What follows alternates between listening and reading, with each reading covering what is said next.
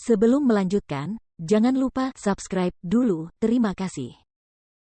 Bab 221, apakah kamu tidak menyukai Seng Xiao? Kakek Sen telah menghukum Sen Ruei sampai harus dirawat di rumah sakit. Setelah kembali ke rumah, dia akan dilarang masuk sekolah selama sebulan. Kakek Sen serius kali ini. Dia tidak bercanda. Jelas sekali dia sangat marah. Chen Suyun sedang menjaga Sen Ruei di sampingnya. Seluruh tubuhnya gemetar saat melihat keadaan putrinya. Bajingan tua itu tidak punya belas kasihan. Bagaimana dia bisa memperlakukanmu seperti ini? Tunggu saja dan lihat saja. Tentu saja, dia tidak akan pernah melakukan hal seperti itu kepada Mukiki jika dia melakukan kesalahan. Bu, aku ingin menyerah sekarang. Aku malu di depan keluarga Seng. Sen Ruei sedang terbaring di ranjang sakit sambil berkata lemah kepada Chen Suyun. Putriku, apakah kamu tidak menyukai Seng Xiao? Sen Ruei tidak dapat menahan diri. Dia menceritakan semua yang telah dilihat dan didengarnya di Huang Yao kepada ibunya. Chen Suyun membuka matanya lebar-lebar setelah mendengar rumor tersebut. Dia tidak dapat mempercayai semua yang didengarnya. Apakah kamu melihatnya dengan mata kepalamu sendiri? Sen Ruei menganggukkan kepalanya. Aku salah menilai dia. Kupikir dia seorang pria sejati. Aku tidak tahu itu.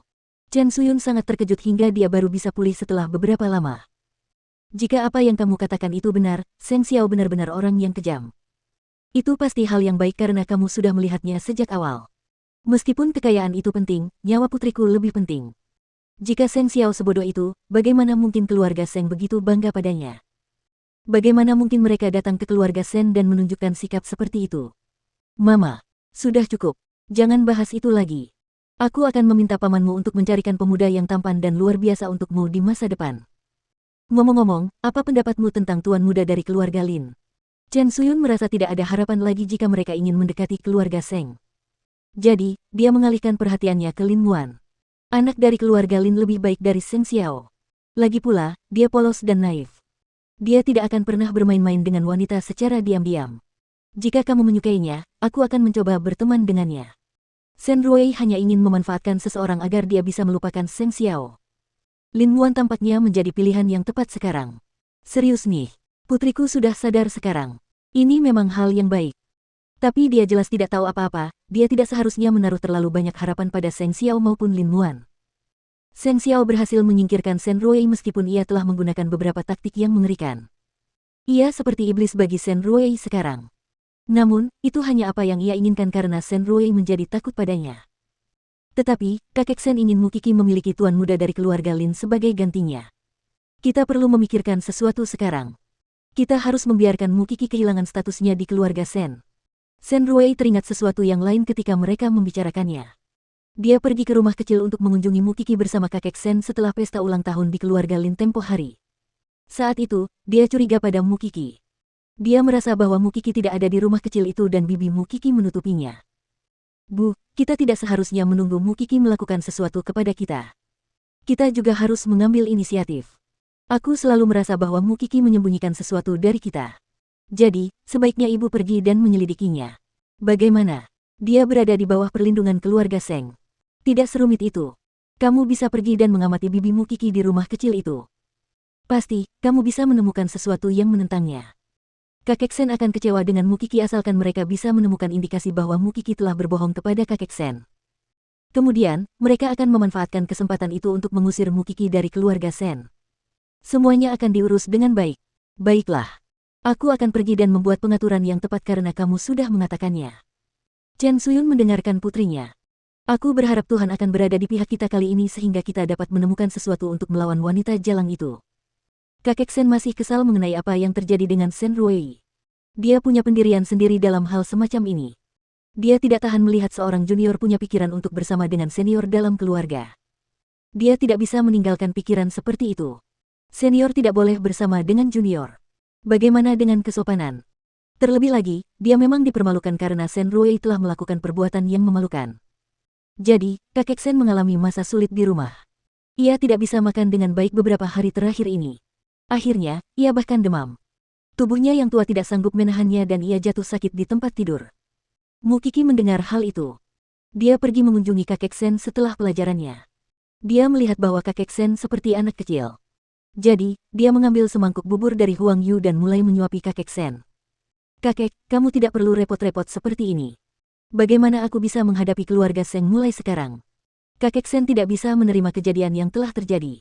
Dia kesal. Kakek, jaga kesehatanmu baik-baik. Ayah sudah merasa lebih baik sekarang. Apa kau ingin jatuh sakit juga? Mu Kiki menasihatinya. Lagi pula, kakak Ruei juga terluka dan sekarang dia ada di rumah sakit. Dia sudah belajar dari kesalahannya. Kiki, aku tidak akan menaruh harapan lagi pada Sen Ruei mulai sekarang. Aku hanya berharap kamu tidak mengecewakanku. Kakek, jangan terlalu menekanku. Kakek tahu aku jauh lebih ceroboh daripada kakak Ruei. Kemudian, Mu Kiki membantu kakek Sen untuk duduk.